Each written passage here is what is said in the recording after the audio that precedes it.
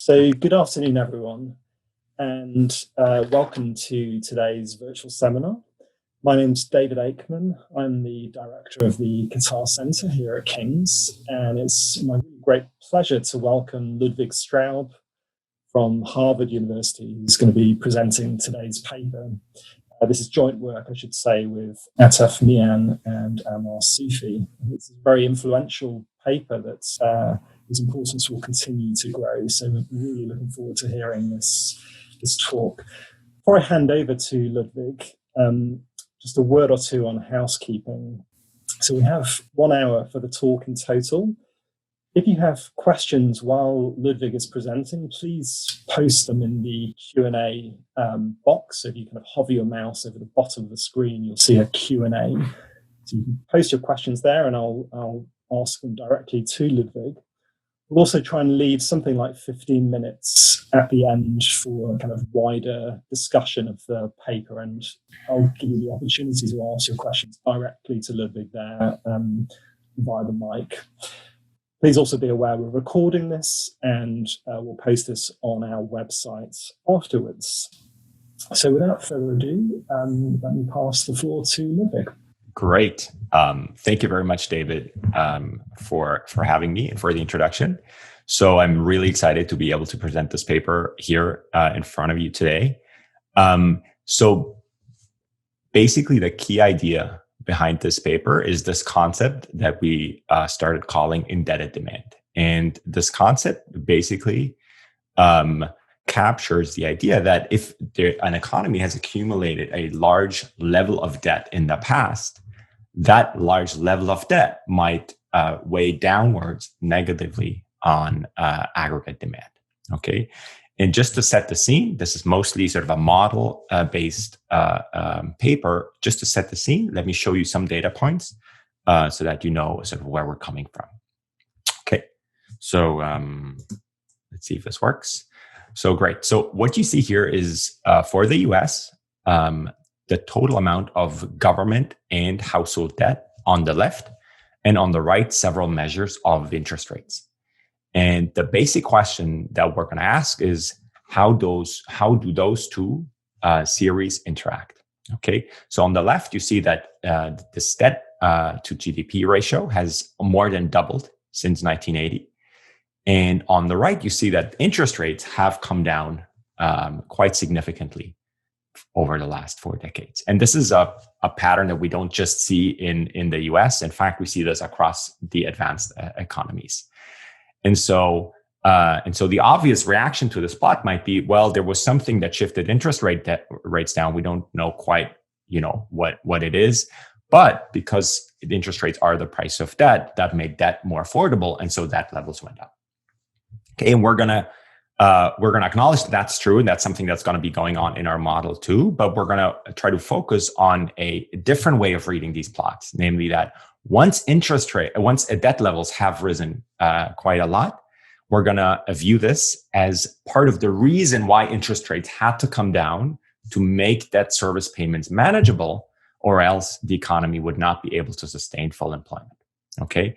And that's going to give rise to sort of a two-way interaction. One, the direct way that I mentioned at the beginning, and two, the second, the novel way that we're going to think about in our model.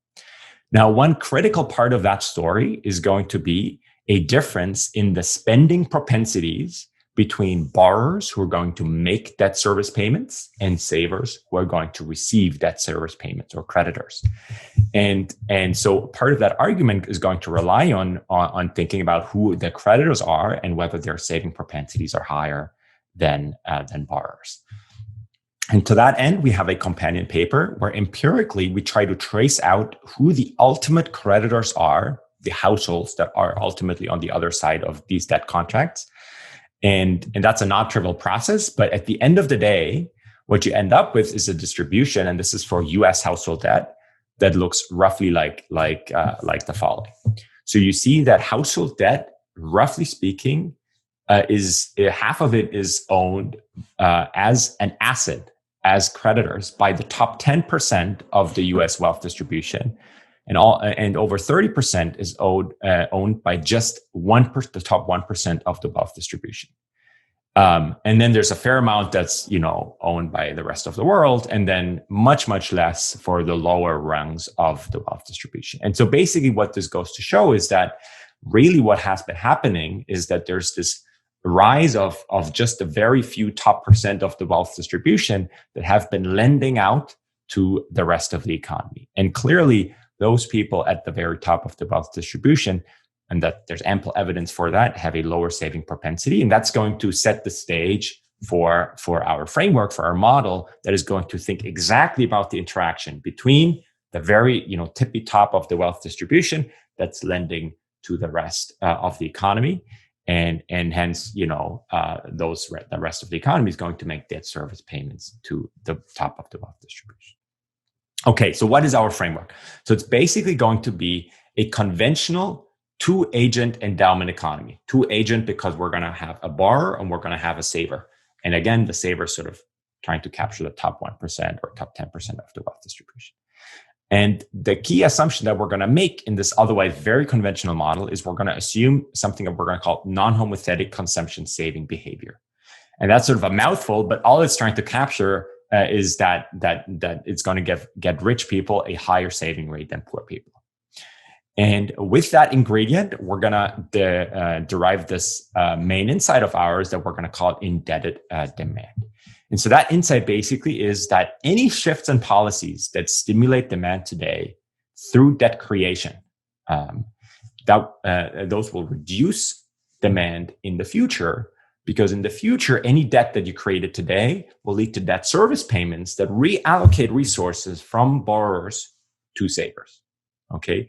And that will reduce demand the same way that more debt in today will increase demand. Okay. And this has a number of, we think, important implications. So first of all, quite naturally, if you have rising inequality in income between those two groups, that itself will already depress natural interest rates. And the reason for that is obviously that they have very different saving propensities. But on top of that, because natural interest rate will come down as demand weakens, that will lead to debt being more attractive. And so borrowers will say, well, that's, I earn less, but at least the interest rate is low, so I can borrow. And that will help sort of mitigate the demand shortfall from rising inequality in the short run. But in the long run, that will just layer on top of that rising inequality another source of resource redistribution from borrowers to savers. Okay, so that will make the fall in interest rates even worse than what it would have been before. Second, monetary and fiscal policy are going to suffer from something called limited ammunition when they create debt. Okay, to give you a simple example, in our setting, if the central bank cuts the interest rate, that will stimulate demand successfully, but it will partly do so by raising debt levels of borrowers. They might get a new car, they might buy a bigger house. And that is great in the short run because it stimulates demand. But then in the long run, when it comes to actually financing that debt, that will again lead to a debt service payments that go the opposite way, go from borrowers to savers.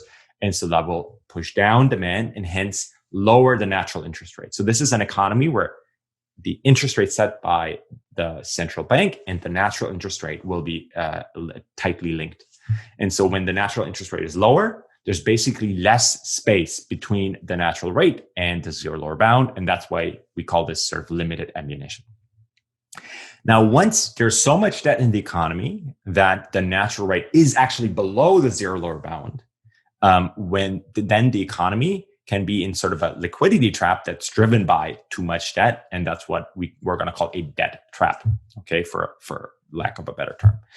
And in that trap, it's basically going to be sort of hard to get out of because, for instance, the standard stimulus policies that you might think of using, once they rely on, or if they rely on more debt creation in order to stimulate demand to get the economy out of the liquidity trap, that will only be sort of a temporary remedy. It's not going to solve the problem on a sustainable basis because in the long run, this might actually aggravate the situation. And so what we point out in our paper is that there's sort of a set of non-standard policies that maybe we don't look to when we think about natural interest rates that can actually help pull the economy out of sort of that trap and raise natural interest rates. And those are policies like, tax finance government spending or government investment policies or redistributive policies that redistribute away from savers towards borrowers. Okay, so that's sort of the rough outline. Now let me try to go through some of these things in detail. Okay, so the model is going to be, as I said, almost a conventional model with one exception. Okay, so it's going to be a deterministic economy. It's an infinite horizon economy. It's going to have endowments that are earned by these two groups of agents, and these endowments are basically fruits, if you like, that come from trees. Okay, so each of these groups of agents is going to have a real asset that is going to pay dividends. Okay, you can think of that as sort of the stock of human wealth, if you like, and that dividend payments are wage income. But you could also think that maybe the savers are going to run a business, and that's going to pay them profits. Okay, so that's all sort of captured within this language of trees and fruits. Okay, and so as already anticipated, there's going to be two separate types of agents, or dynasties, as we're going to call them, and these dynasties are exactly the same for all but one aspect, namely they're going to be differentially endowed with these trees. Okay. And you might have already anticipated the savers are going to have a larger stock of trees and borrowers are going to have a smaller stock of trees. So we're going to denote by omega B, the stock of trees or real assets or human wealth, if you like, that borrowers are endowed with. And we're going to call omega S, the stock of trees or real wealth that savers are endowed with. And we're going to assume that omega S is bigger than omega B. We're also going to normalize the entire amount of fruits and trees in the economy to 1, so that omega B and omega S add to 1. Okay, so in terms of the interesting things in this model are going to come from financial transfers between those two types of agents. And we're going to focus on one type of transfer, namely trading of debt contracts. So, borrowers can get indebted with respect to savers. That's why we're not going to allow trees to be traded, because in this model, given that it's deterministic, these two are actually quite similar. Okay. Now, within each dynasty, there's going to be, sort of an overlapping generations type structure. So there's going to be agents that are alive, and with a certain probability, they're going to die, and that probability will be delta. And whenever they die, they just give their wealth to their offspring, who's going to continue the dynasty. Okay, so that the mass of agents alive in every dynasty is always equal to 1 in that constant. Okay, so the key ingredient, as I said, so far this is all conventional. The key ingredient in this model will be coming in through preferences. So let me tell you what the agent's preferences are in this economy. So a bit of notation. So CI will denote dynasty I's consumption, and AI dynasty I's wealth, and that includes any real wealth, real asset wealth, but also that includes any debt contracts that maybe you have saved in or dissaved in. So the preferences are going to be that these agents maximize a discounted stream of utilities that stem on the one hand from consumption over here, and that's just standard locked utility specification, and on the other, it's going to stem from this V function. And let me tell you what that captures. So delta is the death probability. So with a certain death probability, these agents are going to get a utility function from giving away their wealth. And this is sometimes referred to as a warm glow bequest motive. Okay. And that's going to play a crucial role in that it's going to shape how much these dynasties would like to save or not save, depending on how rich they are.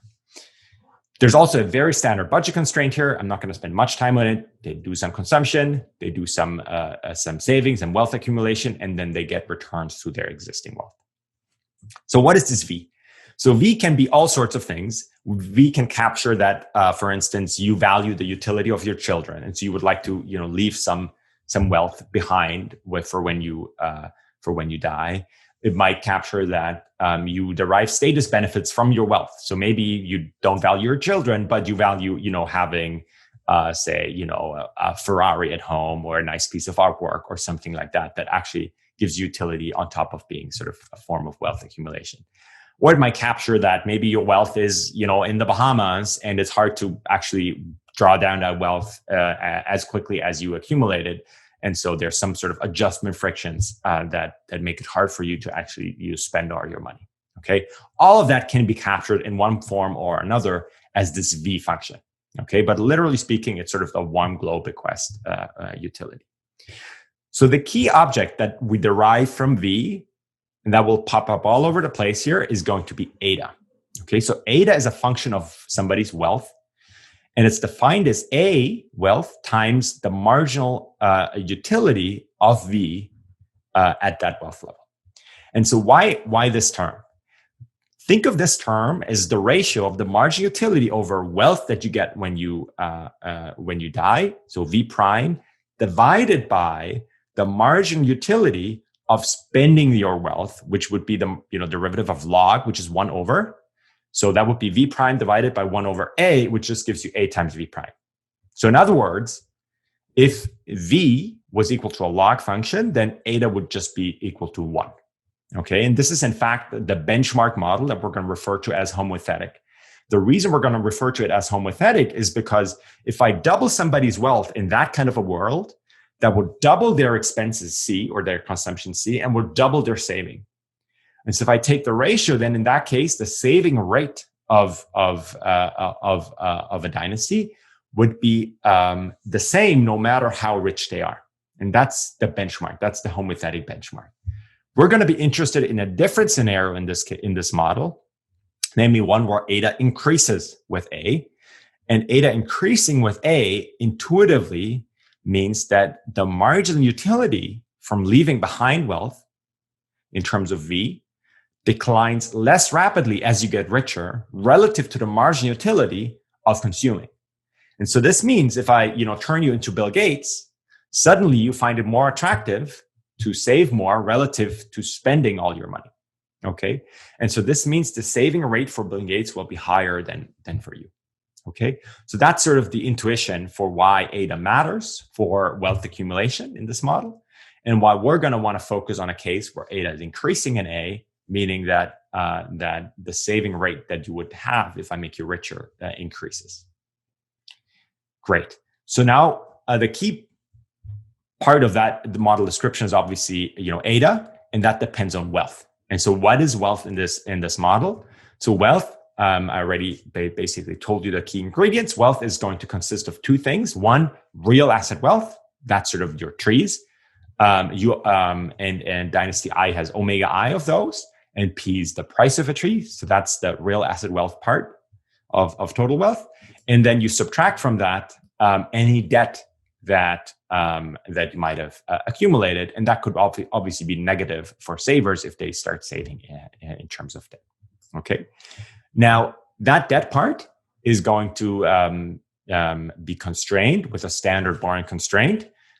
Basically, we're going to assume that there's a subset of the trees that you own. You might call them land or housing, and that you can partially pledge.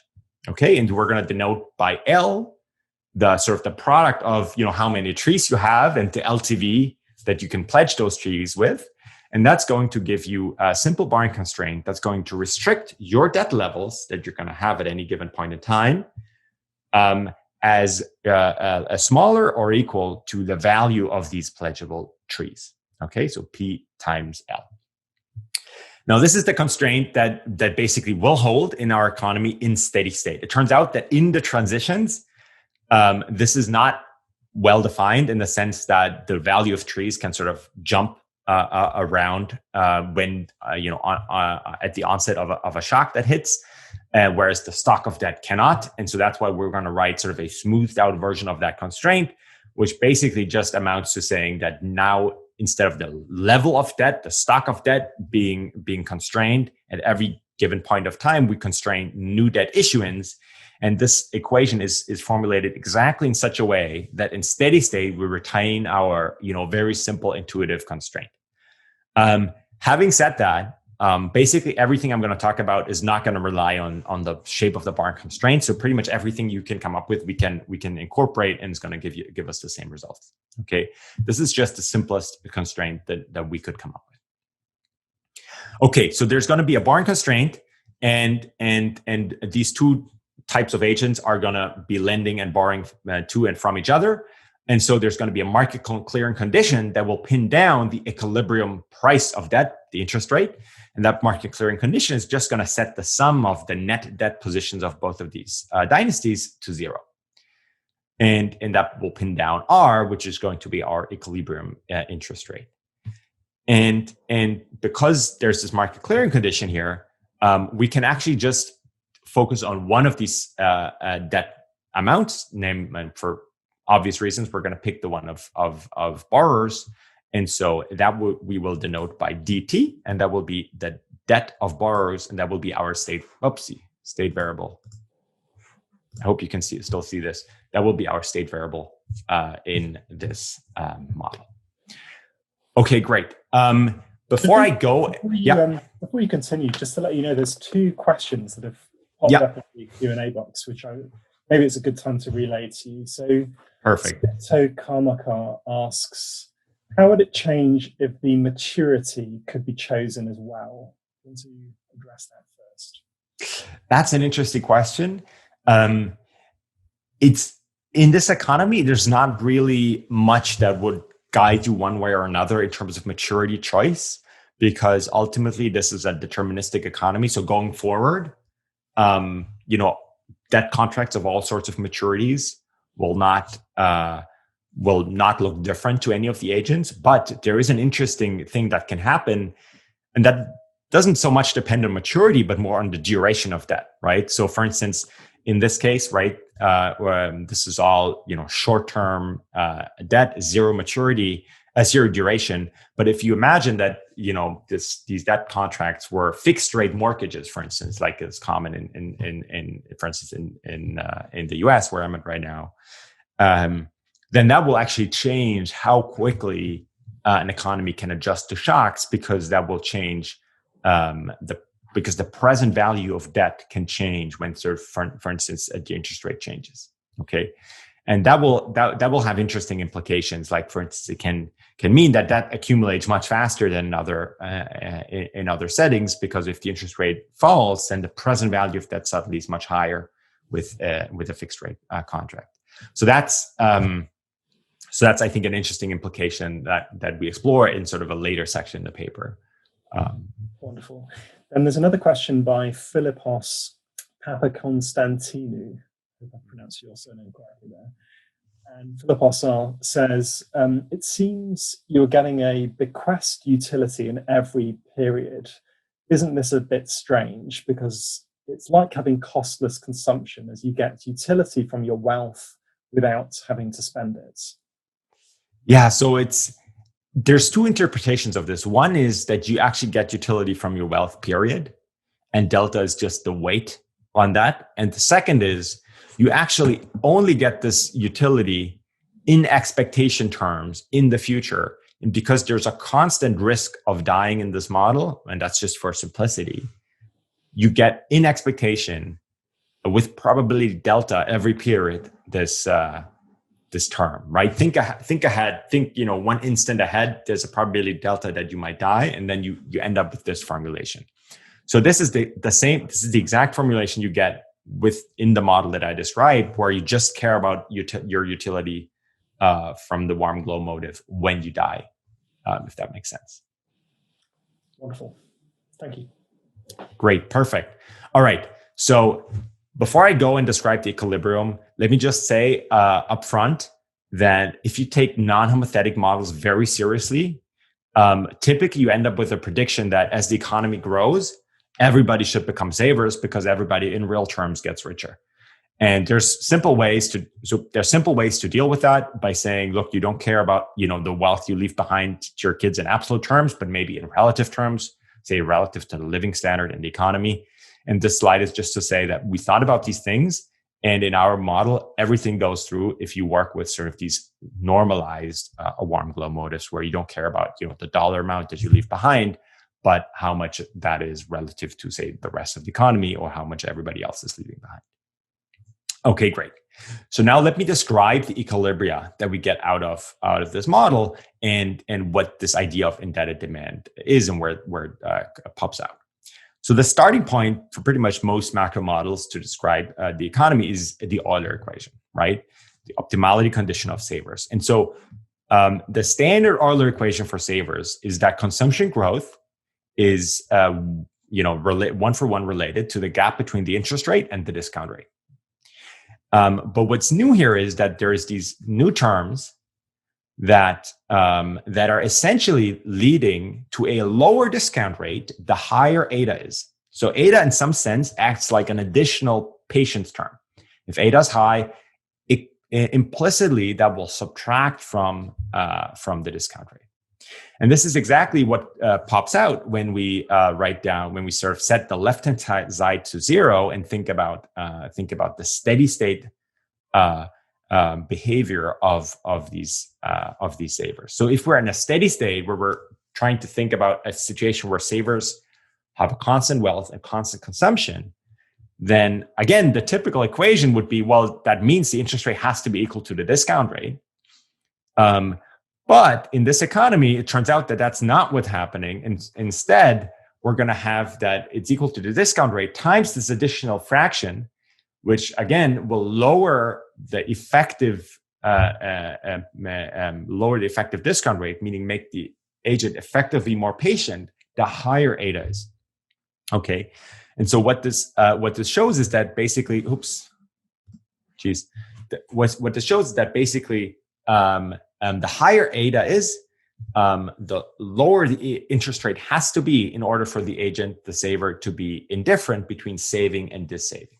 Okay, and so that tells you that the shape of eta will actually matter crucially for the equilibrium path, for the equilibrium shape of that saving supply curve that gives you the relationship between a given stock of wealth and the interest rate that a saver needs with that stock of wealth to be indifferent. Okay, and that's something that we can plot very simply in a picture, and let me walk you through that picture now. Okay, so on the horizontal axis here is the saver's wealth, and on the vertical axis is the interest rate that we need to have so that the saver is indifferent at that interest rate. Now, if eta is decreasing in A, meaning that additional patience term, so if it's weaker as the agent grows wealthier, then obviously the interest rate has to rise because the agent would like to go out and spend more of his or her wealth. And that would mean that the equilibrium interest rate has to rise so that the agent is indifferent. The standard case is the middle one, where eta is constant. In that case, the interest rate is just pinned down by the discount rate. And the red case here, the one we would like to focus on, is one where eta increases in A. In that case, the wealthier I make you, the more you would like to allocate your resources to saving rather than consumption. And so this would mean that the equilibrium interest rate that I need to pay you so that you're happy at your current wealth level comes down. Okay, and so this red line will be a crucial ingredient into the savings, into the steady state formation of that economy. And we're going to call this a saving supply curve, a downward sloping saving supply curve. Okay. Now, this is just the supply curve, and whenever there's a supply curve, there's also a demand curve. So let me show you now what that demand curve looks like. And that demand curve is going to capture borrowers' behavior for a given interest rate. And because borrowers end up always at the binding borrowing constraint, as it turns out, basically their desired debt level is going to be just the value of pledgeable wealth they have. And that's just the number of, pledgeable trees or housing or land that they have, which is L divided by R, because 1 over R is just the price of a tree in steady state. Okay, so this gives you also a downward sloping curve. And it turns out that in this economy, these two curves only intersect once, even though they're both downward sloping. Okay, and that intersection is going to be the unique steady state of that economy. There's going to be some interest rate associated with that and some debt level. And all we're going to do now is we're going to basically start shifting those curves around and getting some intuition of what's going on and what this model has in terms of predictions for underlying economic behavior. Okay.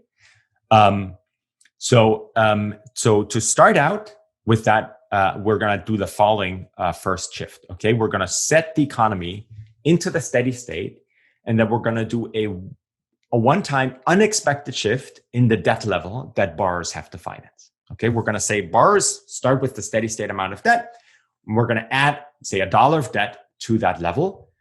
And that $1 of debt will basically imply an increased debt service payment stream from borrowers to savers. And let's assume that that service stream is dx. Okay. And in our example, that might be the interest rate times, the $1 extra debt that the borrowers have to finance now. And we're going to think of what happens to aggregate spending holding the interest rate fixed. So in some sense, that's a partial equilibrium exercise. Now, if you do that, you end up with the following response of aggregate spending. So first of all, aggregate spending is the sum of the spending of borrowers and the spending of savers. And borrower spending, while they're at the borrowing constraint, has to fall by dx every instant. And so that goes down with respect to that sort of increase in debt service cost. Savers, on the other hand, they receive the payments, but they receive the payments every single instant, basically every period.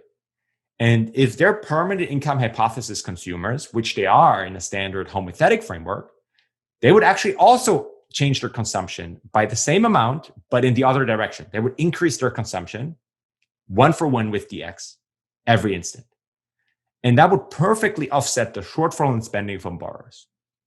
And that's why a homothetic model, the standard to the workhorse model that macroeconomists work with, will predict a zero aggregate spending response from increasing debt. And so that's why the conventional model doesn't work for us, because it doesn't have that implication. Now, in our model with non-homothetic preferences, where eta increases in A, it turns out that spenders do not increase their spending 1-for-1 with dx, but by less than 1-for-1. And that will mean that overall aggregate spending, which is sort of this long, messy term here, is actually negative. And you can verify that if you plug in that eta increases. And so this will mean a reduction in aggregate spending when there is more debt. And that's exactly what we're going to call indebted demand. And that's exactly what's going to sort of play in a very important role in the rest of the presentation. Okay. There's some transition plots. Everything's well behaved, but let me not go into details. Okay, so this wraps up the model part, and I'd be super happy to take any more questions if any have arisen. Yes, so thank you, Ludwig. There is one other question in the Q&A which I can relay to you now. So Raghav Mathur asks, what would happen in the model if the total endowments was not necessarily equal to 1? So specifically, he has in mind if the endowment was not determined by real assets, but rather by nominal assets. Might this affect the propensity of the borrower to save in that scenario? So just the denomination of assets, let's say, I think the natural asset that would come to mind that might be nominal here is the debt position. So you could imagine a world where borrowers borrow a nominal debt. Just on its own, that won't do much as long as the central bank sort of keeps the price level steady or sort of on a 2% inflation track. But as we're going to see later on, this might not be feasible if the economy is at the zero lower bound. And there you might have very interesting interactions, because there you might have that the economy has slack permanently. And so that will lead to deflation. And once you have deflation and nominal debt, you get this phenomenon called debt deflation that will actually increase the real amount of debt in the economy that's outstanding. And that will increase the real amount of debt service payments borrowers have to make. And that will just aggravate the indebted demand idea that I just introduced. So that's a totally interesting direction to expand the model in. Absolutely. Wonderful. Great. Okay, so this wraps up the model description, and now let me just run through some of the results we get, and I hope this will become clear. So the first thing I want to do is I want to feed in two shifts that have happened over the past few decades that our model speaks to. One is the increase in income inequality that many advanced economies have experienced. And the second is financial deregulation that also has been experienced by many countries in the world. So what happens with rise in inequality? So rise in inequality in our setting is an increase in omega S, meaning the share of trees that savers have access to at the expense of the shares of trees that borrowers have access to. So basically take sort of income or trees and redistribute them from borrowers to savers. Now, this does not change our picture at all in the homothetic model because neither the saving supply curve, which is determined by this discount rate, nor the debt demand curve, which is determined by how much house or land you own, is depends on omega S. Okay, and so that in that economy, the steady states don't shift at all. Old model looks like the new model. Now, in our case, the non-homothetic model, this is no longer the case, and in fact, what happens is that the saving supply curve, for every given amount of debt, the saving supply curve will sort of come down because for every given amount of debt, now savers get more resources, more income due to the increase in inequality. And so that would make them want to save more, and that would increase aggregate saving, and that will reduce the natural interest rate. And so that produces this downward shift in the saving supply curve. But that's not all that happens. And in fact, because that interest rate comes down, borrowers go out and see the lower interest rate. They would like to borrow more. The borrowing constraint relaxes, right? The value of the house goes up. And they're like, "What? Isn't it a great time to borrow more? Because, my asset just has appreciated." And that, while that is true, when they start borrowing, that just means that going forward, they're going to have to increase the debt service payments on their debt, and that will, on top of the increased inequality, will mean even more resources now flow from borrowers to savers, and that will actually lead to this feedback effect that means a lower and lower interest rate and a higher debt level. Okay, and that's how you get convergence from this old steady state with a higher interest rate and a lower debt level to this new steady state with a lower interest rate and a higher debt level. And these obviously are exactly the types of features that we've seen in the advanced economy world in the past few decades. This is just showing you, increased inequality in the dashed line at the same time as debt levels have increased. Okay. So this, obviously don't take this too seriously because this is just two time series, but it's sort of nice at least that the simple model captures something that seems to be going on, at least qualitatively in the real world. Okay, the second thing we can do with this model is we can feed in something that we're going to call deregulation, financial deregulation. So all sorts of financial innovation in the past 40 years was basically geared towards relaxing borrowing constraints and making it easier for borrowers to borrow. And so this will have an effect even in the homothetic model, because as the black line shifts out, that will shift the steady state and increase debt levels by some amount. The interest rate obviously does not change because, again, it's pinned down by the discount rate and we're not shifting that here. Now, if you go to the non-homothetic model, you will also have that the debt demand curve shifts out. But now, because you're presented with a downward sloping saving supply curve, you sort of slide down that curve and you end up not only with a higher debt level, in fact, you end up with an even greater debt level than what you did in the homothetic model. But on top of that, you end up with lower interest rates, because as debt levels are higher now, were interest rates not falling, there would be such an amount of debt service payments that borrowers had to make to savers that the economy would not be able to raise enough demand for full employment, so the natural interest rate sort of comes down as debt levels increase.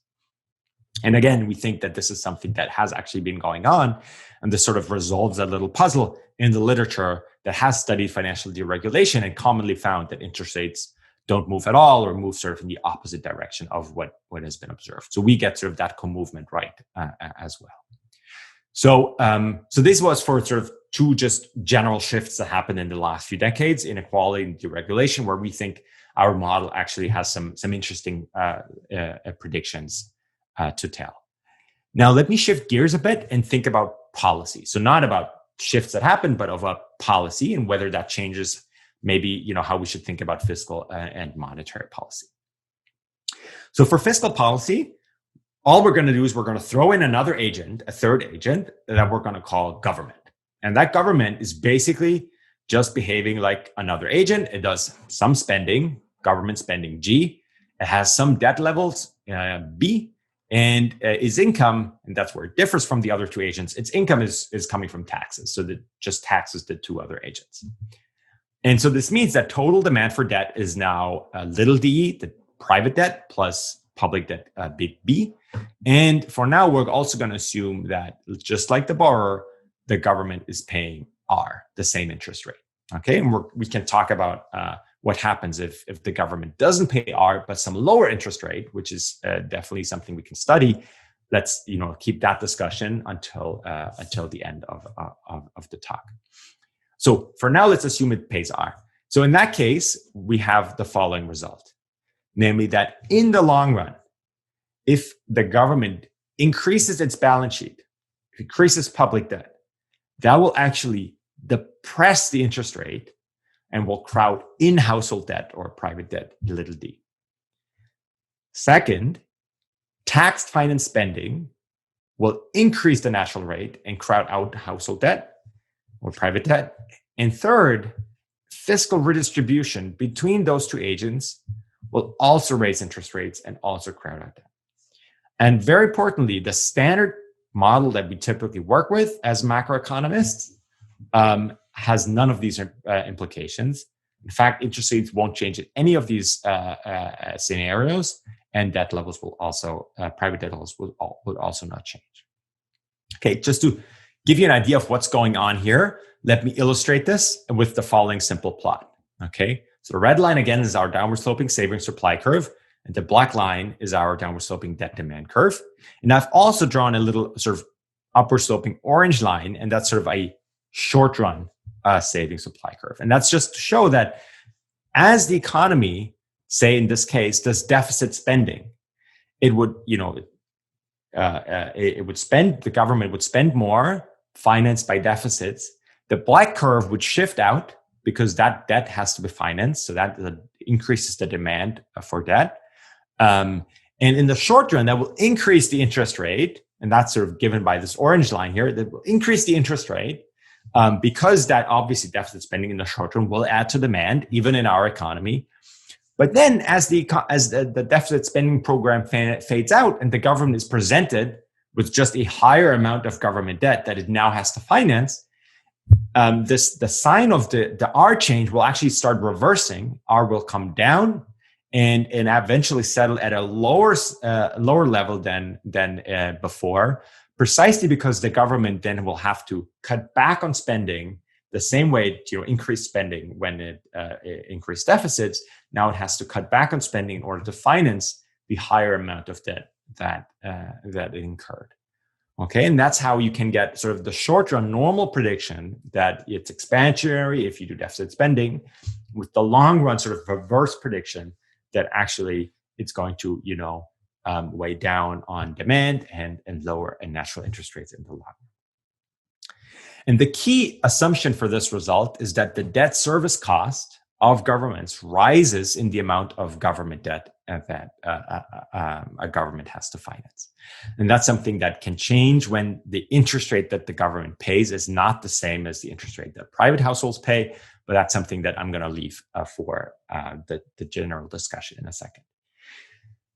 Now, before I come to my last point, let me just say give me one slide on monetary policy. So imagine you are in a country that has a steady state interest rates of R. So you're on the left here. And I'm going to denote the gap between zero, the zero lower bound, and R by sort of the amount of ammunition that the central bank still has to fire to lower interest rates. And assume that for some reason or another, maybe it wants to fight off a recession, it comes in and lowers interest rates, not the full amount to zero, but somewhere in between.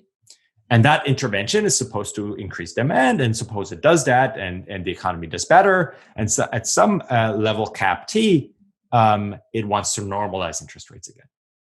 Now, in a standard new Keynesian model, what happens is that right at cap T, it can just, have the interest rate jump back to the original steady state and cruise along at that interest rate. So it right away at cap T, it would go back to full ammunition, and would have the same gap between the zero lower bound, and the new interest rate R.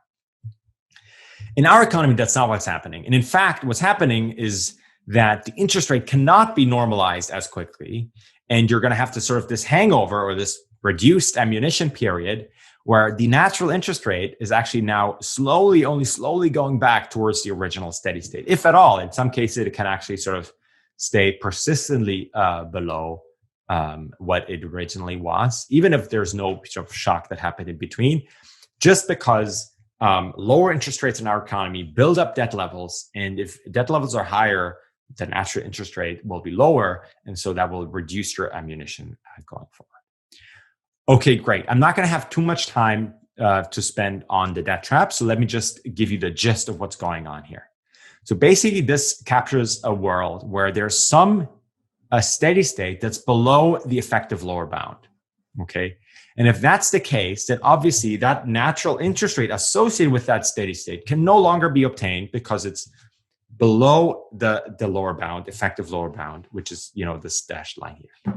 In that case, we're going to be in a permanent liquidity trap where the output gap is persistently open, persistently positive. And so the economy will persistently have less than full employment. And in that world, right, this is a state that's driven by too much debt. There's too much debt in the economy. In that world, obviously, layering up more debt will actually not be the kind of right solution, as you might imagine. And this is what this plot shows. This is the last plot I'm going to show, right? Imagine you are in this debt trap, and what you're doing is you're increasing the amount that people can borrow. Well, if you do that, obviously in the short run, this will be great.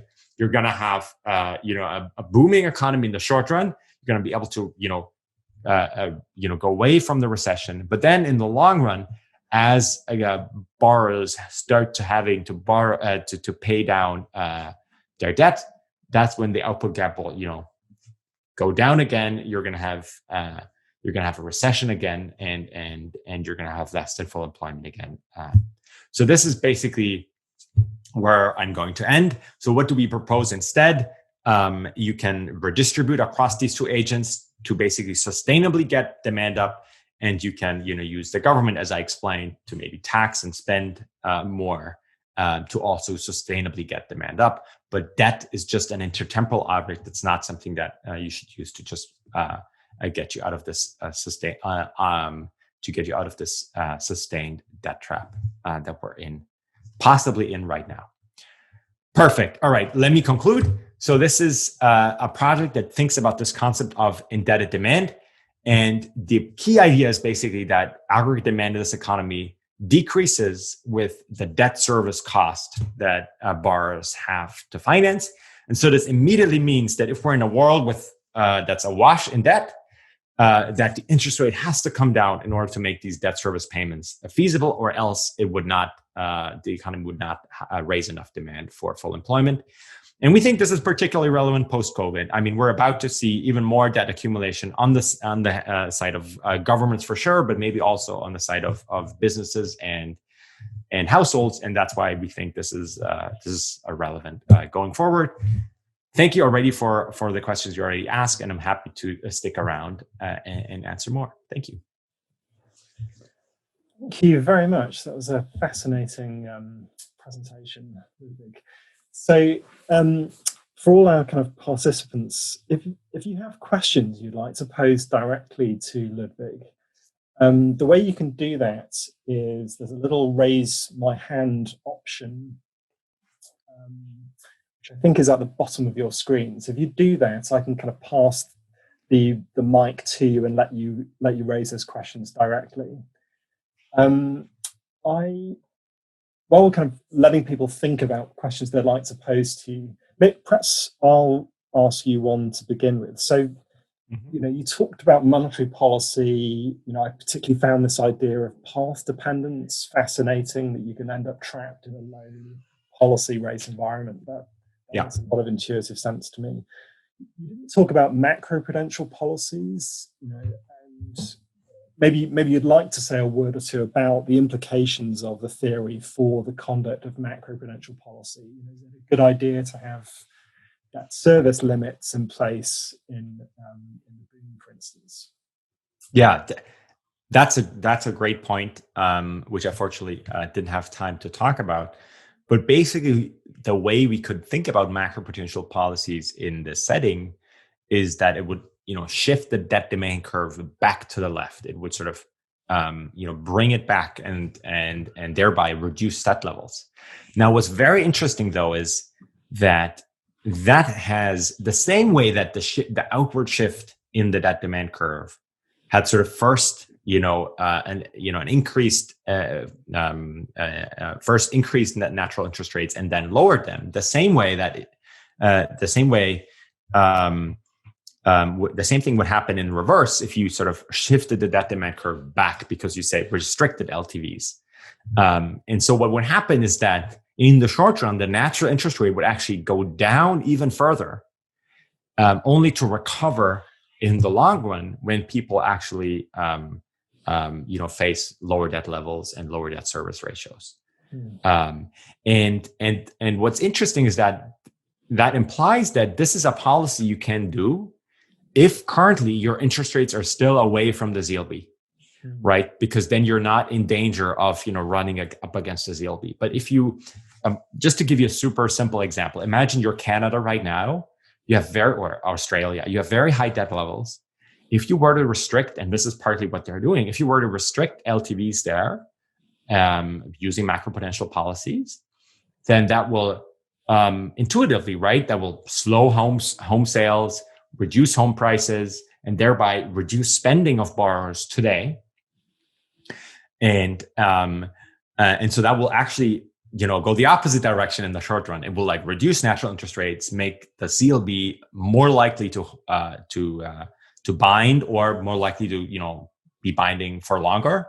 But in the long run, that can help you. And that's why, in the long run, this is a great strategy. The question is only sort of how do you compensate for the short run reduction in demand? And so there, I guess, government programs or, more temporary nature can sort of lean against that. You can obviously do it if you're still in the boom and you have enough room below your interest rate. You can obviously compensate that with monetary policy, absolutely. But right now it seems like we're already so close to zero across the world that that's maybe hard to do that. Well, that's a very rich conclusion of the model. Thanks for that. So one question we've had is from my colleague Martin Wheel, who asks, how does the growth rate in the model interact with the interest rates? Yeah, so that's something that we do in an extension as well. But I also haven't had time to talk about that. But basically, if you add growth to that model, what growth would do is and this is similar to a standard model, what growth would do is change the level of the interest rate up or down as well. So for instance, a slowing growth rate in our model, just like in the standard model, would basically shift down those two curves, and basically you'd end up with a lower interest rate. Now, all else equal, the steady state might be exactly the same, meaning the debt level might not shift. It's just that the interest rate comes down. But it turns out that the implications are more interesting if you combine that prediction with the question we had earlier on longer maturity or longer duration debt, to be precise. Because then once you have a slowing growth rate, suddenly, if say all your households have fixed rate mortgages, suddenly the present value of those mortgage payments has gone up. And suddenly your implicit debt level, which is the present value in our diagram, would actually jump to the right. And so immediately, as you have the reduction in growth, you'd end up with a higher debt burden that borrowers have to face. And that can mean, even lower interest rates than you might have expected. So I think that's an interesting implication that that you can get once you have sort of some institutional features in place like fixed rate debt, as well as slowdown in growth.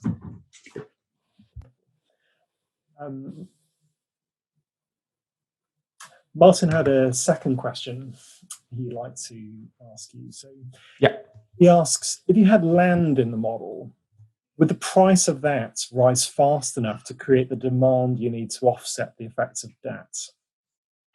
That's a fascinating question.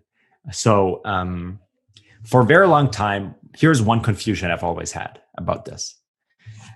Imagine you are a borrower. In our model, we can treat these pledgeable assets as land, right? So you sit on a patch of land, and in our model, all that happens, right, is that the interest rate comes down, your land value appreciates, and you just borrow more against your land. And so intuitively, obviously, right, as you borrow more, the act of borrowing more, that's what generates demand.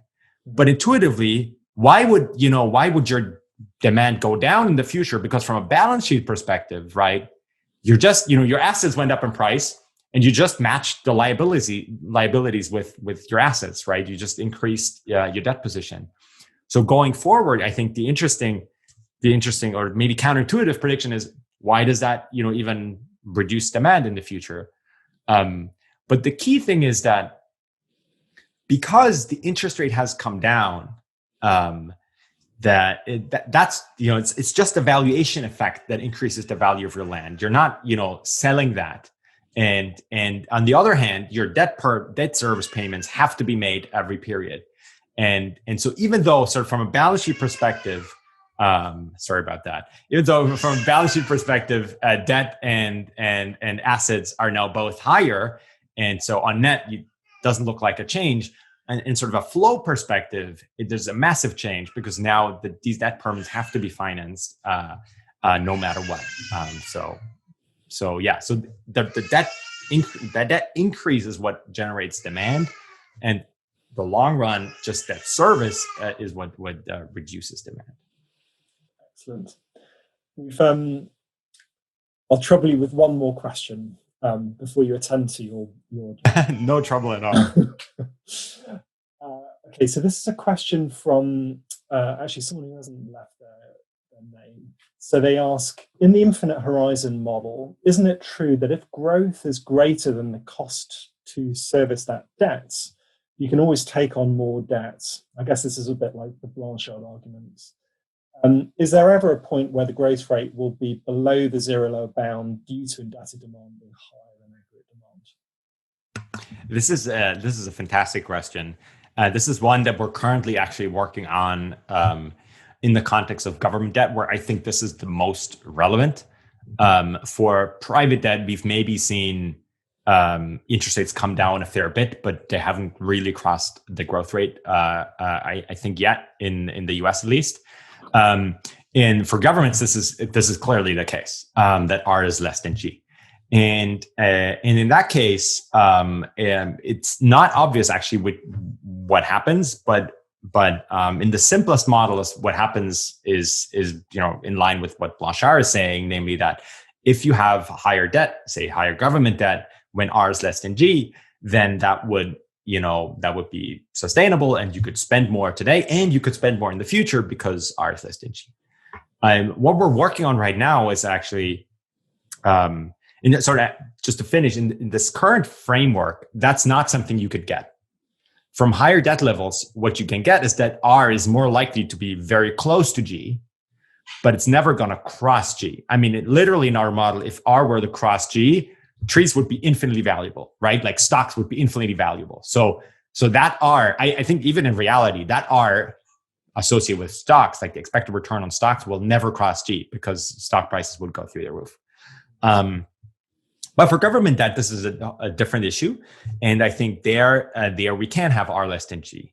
And I think there, my perspective would be that, yes, this is something that is doable, but it depends on, say, G, for instance, not falling ever, right? And if we worry that maybe we have things like population aging or a further reduction in growth rates, then at some point we can be in a situation where R can't go lower anymore, but G can go lower. And think about Japan. Japan is basically zero, has almost zero growth since like the mid 1990s, nominal growth. So that's a pretty low growth rate. And if we ever end up at that in that regime, then suddenly our less than G might no longer be feasible, and then suddenly we might end up actually having to finance that outstanding debt that we accumulated. And then we're back in the game. Then we're back in this situation where suddenly that starts to weigh down demand, and we might end up with more recessionary forces that we have to deal with. And bang on time. So, Ludwig, let me thank you for patiently answering all the questions that have been posed to you. I hope you'll take that as testament to the interest in this work. And let me thank all the attendees for joining the seminar. Our next speaker, just to let you know, in 2 weeks' time is Silvia Miranda Agrippino. So I hope a number of you can join us for that. But let me just finish by thanking you once again, Ludwig, and do keep in touch. Thank you very much. Thank you, David. Thank you, everyone.